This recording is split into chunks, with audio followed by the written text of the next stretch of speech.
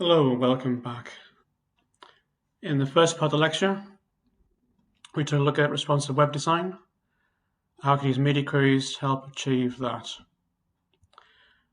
Part of that responsive design is to create the setup that allows things to resize with the space. And we can use CSS Grid to help achieve that. So basically we can start by looking at our wireframe designs and the grouped areas within that, like the header, footer, navigation, main, etc. And consider where we can place them on the design. In Grid, we imagine sort of virtual grid of cells on the page, like this. So for example, we could divide this design up into 2 columns with 3 rows, making 6 cells. Across the top 2 cells on the first row, we can put the header. Bottom 2 columns, third row, we put the footer. And in the middle, on the left column, we put the nav. And in the right column, put the main, as an example.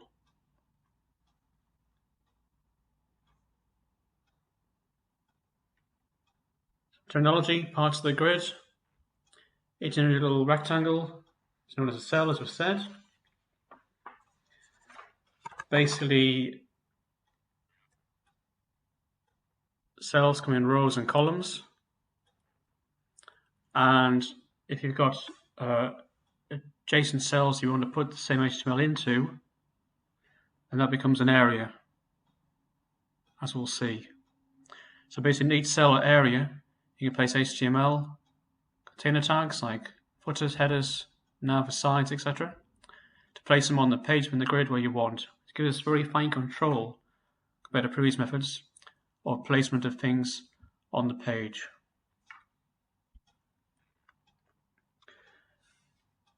We can create a range of grids. Example one we saw before was 2 columns, 3 rows. The typical one in the web area, 3 columns and 3 rows, or 2 by 2, whatever number of rows and columns you want. You can do fairly easily with grids. So a much bigger improvement on the previous methods of the past. So let's do some coding, see how we can begin to build some of this up.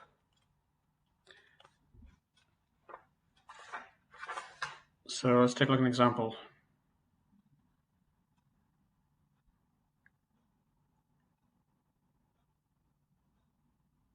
Got some HTML with grouped areas, header here,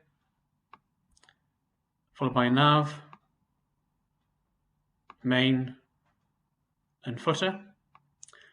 And I've kind of grouped those into a container area for the grid with a div tag. Now a div tag has no semantic purpose, so we don't normally use them, but in this case it's fine because this is a division of the page only for layout control only, no semantic meaning whatsoever. Okay, so put the div as the kind of parent for the grid container, and the header, nav, main, and footer as the child items, so the grid items live inside that grid we can place where we want on the page. Inside grid CSS, we can set up some default styles. Copy from this one we did earlier.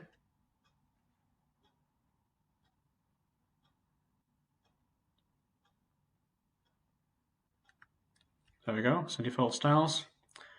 And then we can add a class for the grid container.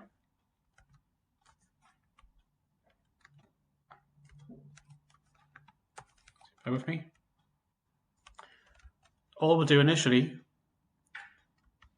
is set the display type to grid, a bit like setting display type flex last time we met virtually. Grid container on the screen there. Check that out in practice. See, nothing much happens visually. Other than, of course, the styling for the colors of things we added, the base styles. But the grid didn't actually appear on the screen. We can see basically it's there though. If we go into the HTML tags on the right hand side. See some dotted lines there? So the beginnings of the grid get into shape up on the page with the header, nav, main, footer inside of those kind of grid area. Okay. Now, a grid can be a standalone thing for layouts, or it can be used in combination with media queries. So let's do that. Let's add this inside of a media query. Give the full effect as you need to do in a future tutorial. Let's borrow this line here.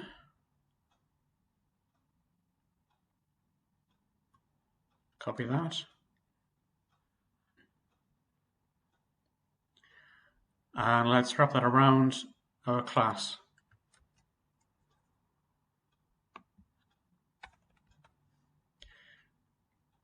So we have a media query which says, is the screen at least 600 pixels? If it is at least 600 pixels, then start to do some grid stuff to change the layout to say 2 columns or whatever, rather than default 1, which could be our default from mobile view on the base styles if that's what we want to have. Okay. Again, nothing will change visually on the screen much,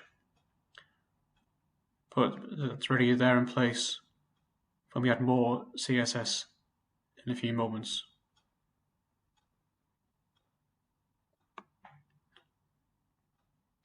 That was 700. Right, so back to the slides.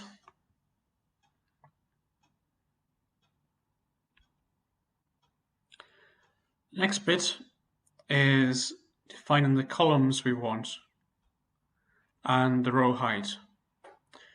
So basically we can say with grid template columns, I want 2 columns. So we're providing 2 values, we create 2 columns. On 3, we have 3 values, etc. So I want the first column to be 150 pixels wide, and the second to be this new unit called FR, 1FR. Now FR means fractional unit. So in other words, it's telling the browser that basically whatever space is available to the right of the column 1, take all of that up, the remaining fraction of the page for column 2. It's a very adaptive, responsive unit. Could also resize to whatever space is available on the screen. So let's add that code into our CSS file. And we've said that grid template rows auto. Auto means the height will basically of the row will be whatever height is needed by the content in that row. So again, it's very responsive. It'll change the content on the page in the manner that we want to achieve.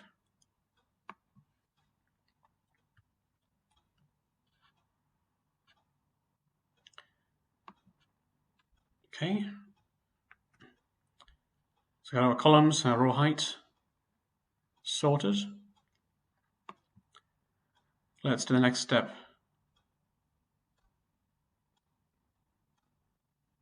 Oops. The next step is to define the areas within the grid that we want. Here we're going to say we're going to use grid template areas to define we want 3 rows in our 2 columns. So we're going to have sort of 6 cells in total, 3 in the left column, 3 in the right. I'm going to name each cell. Top 2 there are called header. So they will form a combined grid because of the same name and they're adjacent to each other. Allow us to span header across both. So in the footer at the bottom, the middle 2 cells on row 2, we'll have the nav in the left and the main on the right. That creates that, as we said on the page, combined areas, top and bottom. Using the HTML you can see on the page there. HTML, CSS, it's been a long day.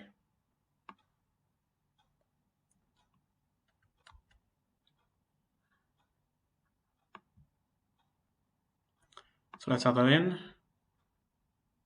our grid container class. indenting the code to show what lives inside of what. That is good practice.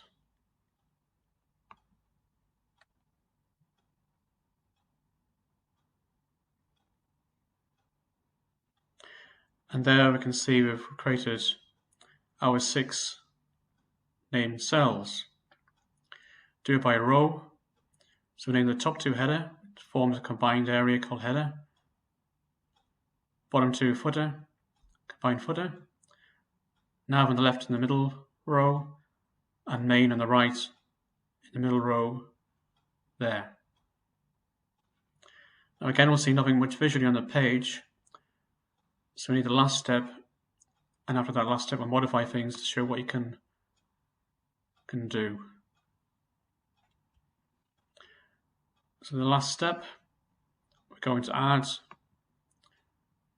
some grid area properties to our various HTML elements we want to place. Tell those HTML elements jump into those named grid areas on the page. We've got our 6 named cells combined to make header, nav, main, and footer. So basically we can add some CSS to say for the header, tell it to jump into the header area across the top of the page, nav to jump into the left column in the middle, main to jump into the right column in the middle, and footer to jump in the footer across the bottom of the page there. It's worth noting that we've named them all the same names to make it clear what's going on. They don't have to be the grid areas, can be called anything you like. Any logical names, even Harry, Sally, Fred if you want, but logical names make more sense. Now let's copy this CSS from here, place it into our media query.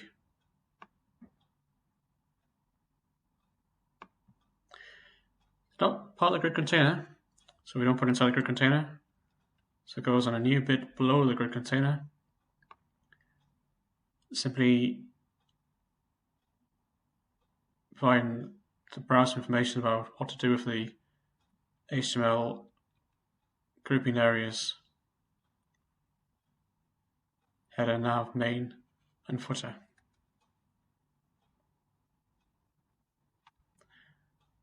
Tidy this up.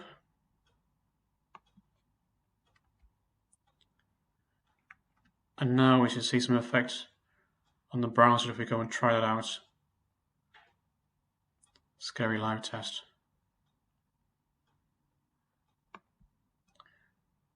And there we go. As you can see, our media query is set to work at 700 pixels. So we're above that, 982 pixels. So media query is kicked in. And across the top of the page there, in our grid,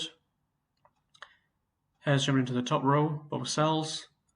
Nav, left cell of the middle row. Main, right cell, right column in the middle row. And footer across the bottom, spanning both columns in the last row there, as we said it would do. It's good. To show how media query works, just for the fun of it, let's resize down to below 700.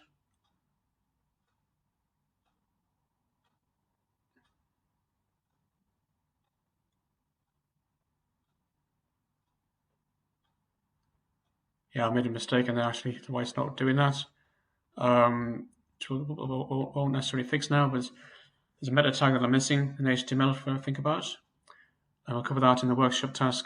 It actually tells the browser to allow things to resize and use media queries properly. Change the scale and whatnot. Okay. Claim it's a different mistake. Now, let's have a look at this. So we can change the width of these columns if we wish. I think you want like 150 for column 1, it could be 130. So change that.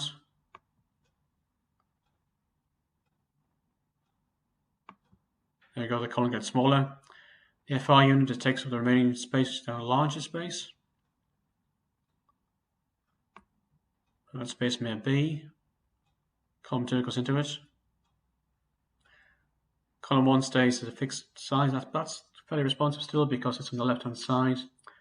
It's much smaller than the minimum size of a mobile, and probably about the minimum size you'd want for the navigation bar to be anyway, so it's still very responsive layout.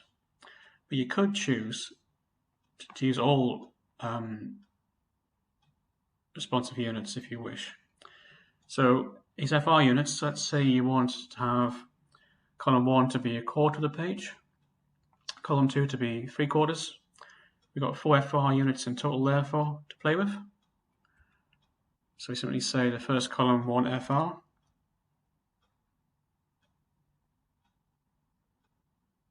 second column 3 FR, and resizing the browser, refreshing the browser. Okay, it's been a long day. There we are, roughly 1/4 and 3/4 thereabouts on the page. You can also, if you want a gap between the different columns, I can get into it. There is a grid gap property that you'll meet in the workshops. So grid gap, so that to say 10 pixels, could be percent or whatever you want.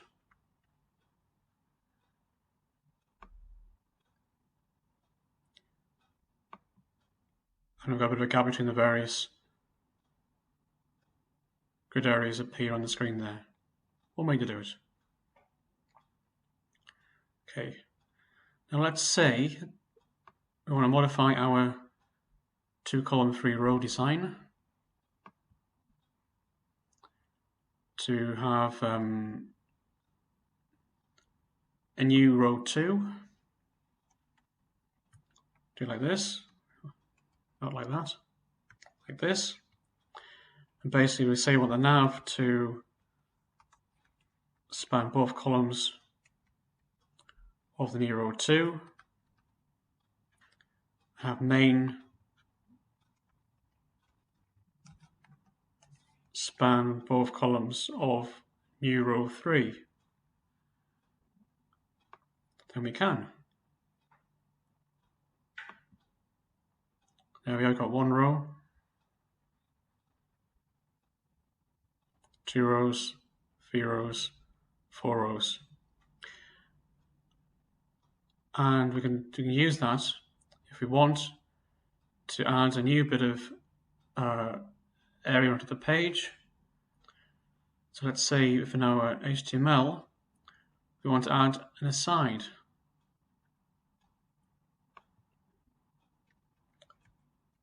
Say for a sidebar, typically visually on the page, and create an aside. Some simple content there for now. Say this is going to be called weather report. Could be latest news, gossip column, whatever. Some secondary content. It's not the main content of the page. They're an aside.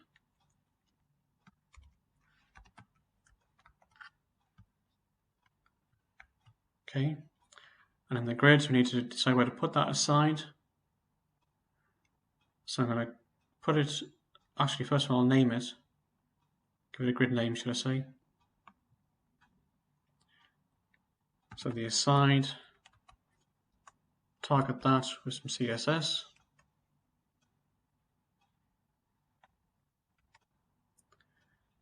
And give it the grid area. A new one we haven't used yet, called, say, sidebar. Got a very descriptive name, so you can do it better. And change the design here. So the sidebar goes into the left column of our new row 3.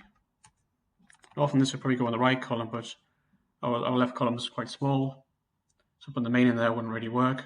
So it visually on the screen I'm going to go put it in the right left hand side for the time being. Let's see if that works. Fingers crossed. It's a light demonstration. Bear with me if it doesn't.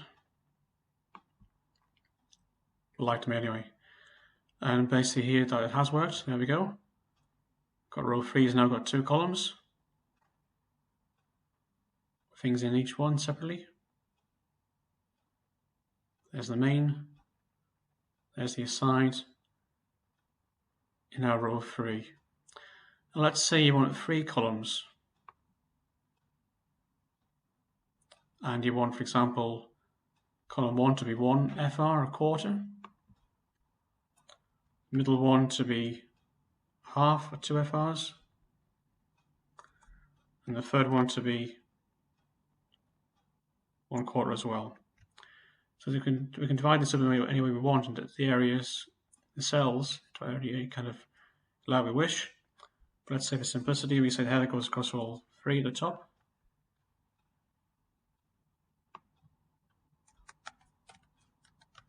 Footer across all 3 at the bottom. Actually, nav should be across all 3 as well. And then, well, if we want a better name again, in the third row we'll add sidebar 2. So obviously you need some HTML on the side order for the sidebar 2. But you can see the general idea of how you can do these things. And no gaps, there actually gaps would cause it to break. Because I think it was a 4th column, there isn't a 4th column. Okay, and obviously you can improve the CSS in this, the layout better and so on. But the general idea, you can see there what we're doing hopefully. I'll just practice that shortly. Grid in the next workshop, and grid the media queries in week 6. Building our skills up nicely for the assignment. Okay, so back to the slides. One last thing to mention, in that images that resize of the page are also part of a flexible design, responsive design. So you want images that kind of scale to fit the available width.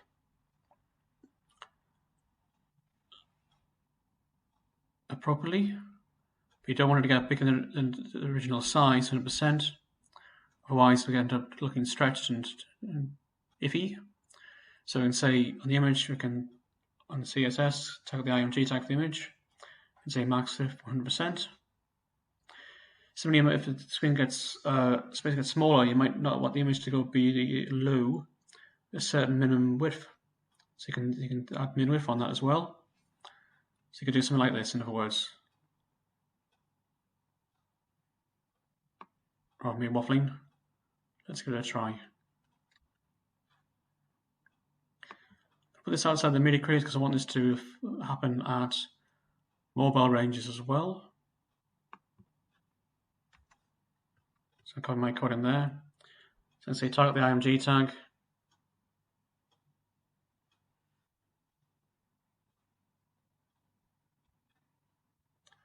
Max width 100%. And say min width. Depends on the size of the image. I haven't checked this, but say 120 pixels. And get to so small it's hard to actually see visually on the screen. Something on those lines would work. Of course, there's more than one image on the page. You could target the image inside a paragraph only by doing that, p-image.